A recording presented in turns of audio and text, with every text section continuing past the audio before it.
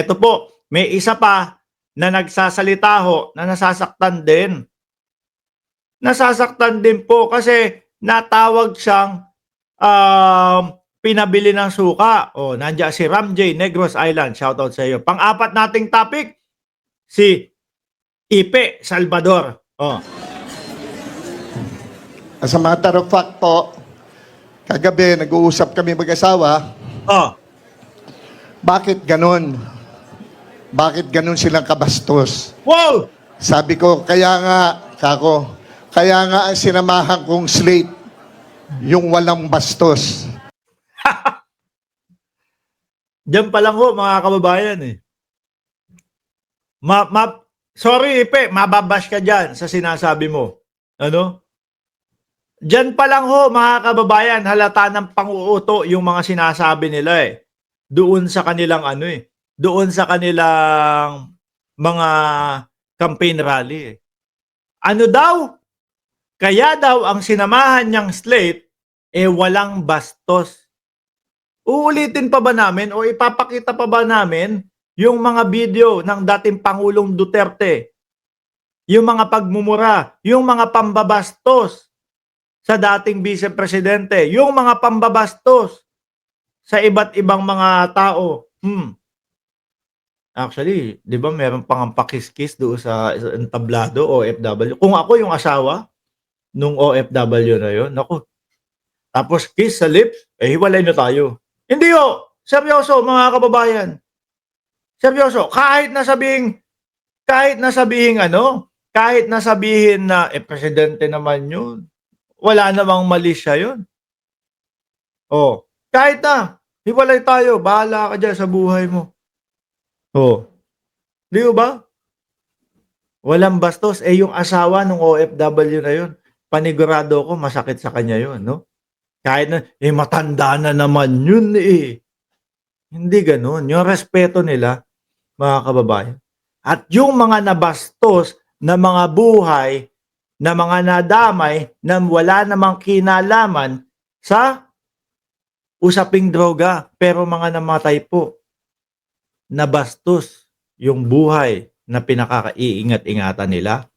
Di ba Maria Teresa Herrera at Just Vincent? Oh, sabi ni Just Vincent, sinalihang slate, walang bastos. Eh, kabaliktaran ng sinasabi niya, yung leader pa nga lang, partido nila, ang dumi na ng bibig. At manyak pa, sabi. Tuloy. Yung mga taong magseserbisyo ng totoo sa mga Pilipino. Si Ratong si Pepe ko, oh. Loko-loko. Sabi niya, Boss Mark, dating pulis po, si Ipe. Sabi ko, ha? Tumakbo sa isip ko agad eh. Naging pulis ba yun? Tapos pagkakakita ko sa pelikula nga lang. Oo, totoo. Yung mga ginanapan niya. O, game. PDP laban slate. Mahirap po itong pinasok ko. Sandali, wala daw bastos doon sa PDP laban slate. Baka sabihin ni Tina B. Sabi, anong walang bastos dyan? May nagpapakita ng sili dyan. O, mahilig pa naman magkomento ng ganyan si Tina B. Anong bastos dyan? May nagpapakita ng sili. Hindi ba bastos? O, game. Tapos, sabi ko, kaya nga ang sinamahan kong slate, yung walang bastos. Oh. Yung mga taong magseserbisyo ng totoo sa mga Pilipino. Oh. Isa-isahin pa ba natin? Wag na. Yung Bato de la Rosa na lang nakasama nyo dyan. Yung mga hearing nung 2024. Ibabalik ko lang ho mga kababayan.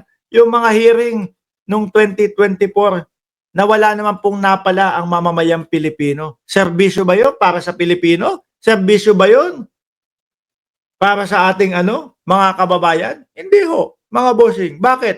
Kasi ang pinagbasihan nila isang Xerox copy na meron daw pong butas ng puncher, no? Na gustong maiugnay lang po sa ating Pangulo at sa First Lady, mga kababayan.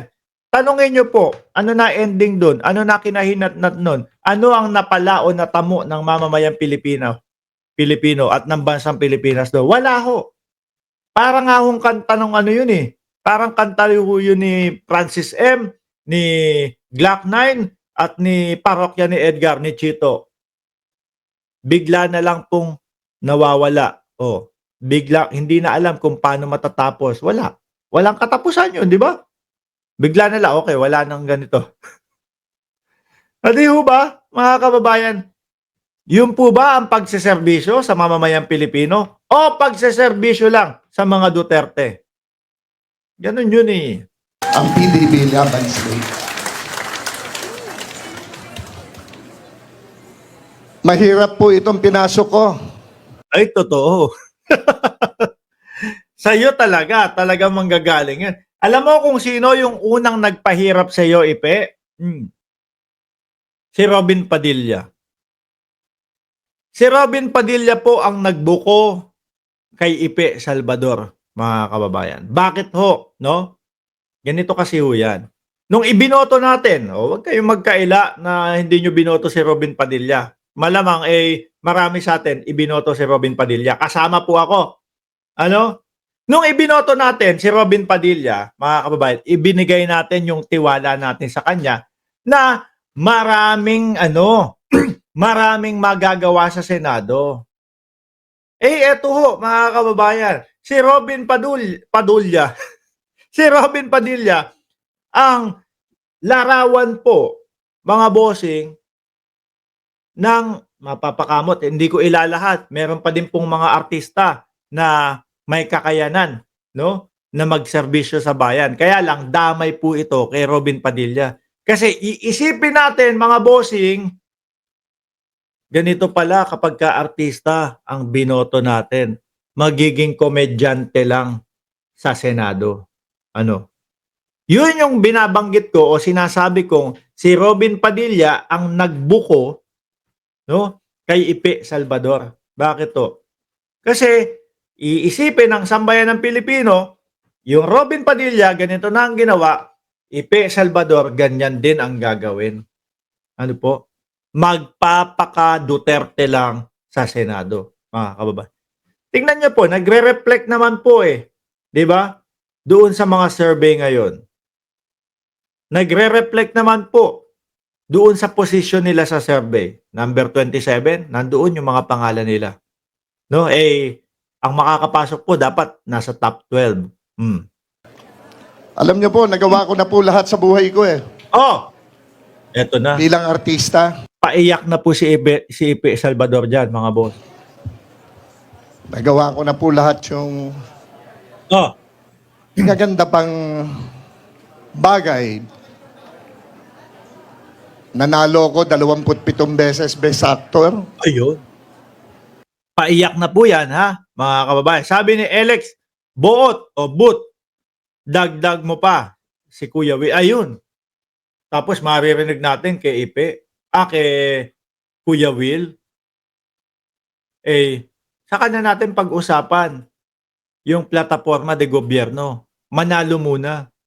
Sabi ko, nung una, mga bossing, ma-segue natin si Kuya Will. Sabi ko, nung una, kaya nananalo ang isang kandidato dahil kumbaga idinideliver niya o ipinapahatid niya sa mamamayang Pilipino yung kanyang plataforma de gobyerno. Kung ano yung mga nais niyang gawin, kung ano yung mga sagot niya para maresolba ang problema ng Pilipinas. Tapos makakarinig tayo ng isang Willie Revillame na si Kuya Will, walang plataforma de gobyerno.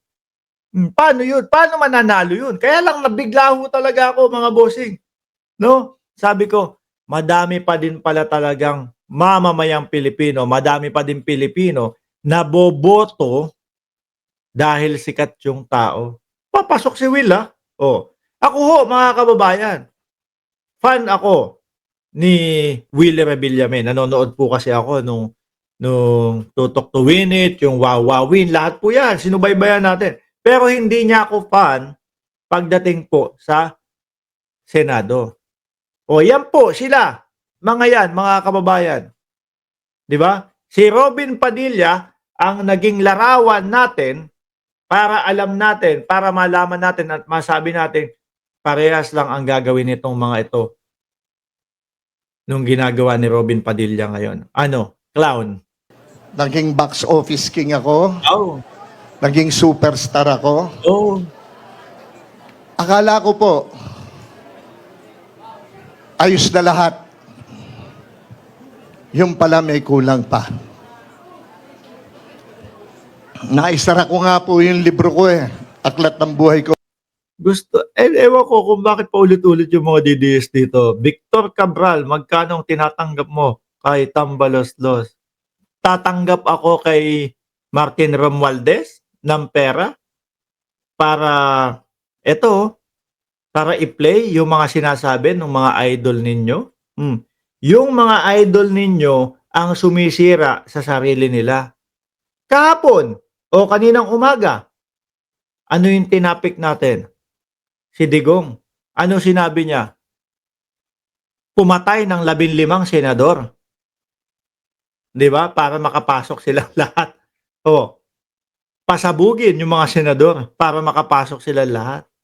Sa kanila galing yun Hindi ko inimbento yun. Tayo, nire-reactionan lang natin yung kanilang mga sinasabi kagaya nito. Tapos sasabihin, magkano tinatanggap natin? Kay Tambaloslos. Bakit? Masakit bang marinig yung mga salita o yung mga sinasabi ng mga idol ninyo? 'Di ba? Sa kanila galing yan, nagre-reaction lang tayo. Ano gusto nyong maging reaction namin? Engot-engot kagaya ng mga DDS? Uy, ang ganda ng sinasabi ni Ipe Salvador. Uy, ang galing ni Robin Padilla. Putek na yan, nakita mo nga pinagtatawanan sa Senado. Yung kay Coco Pimentel na lang nakita nyo ba yung video na yon? Kung makikita ko yun, ako ipe-play ko dito yun Pinagtatawanan. Di ba? Ang haba-haba nung binasa nung isang Robin Padilla doon, tapos ang ending sasabihin lang ni Coco Pimentel, ang haba po ng binasa ninyo. Pero napakalayo naman. Napakalayo ng sagot po ninyo. Di ba? Lahat po ng ipine-play natin dito, pinapakita natin, kagaya niyang kay Ipe Salvador, galing po sa kanila at tayo po ay nagre-reaction lang. Masakit siguro yung mga naririnig nila doon sa mga kandidato nila tapos wala namang laman yung mga pinagsasasabi.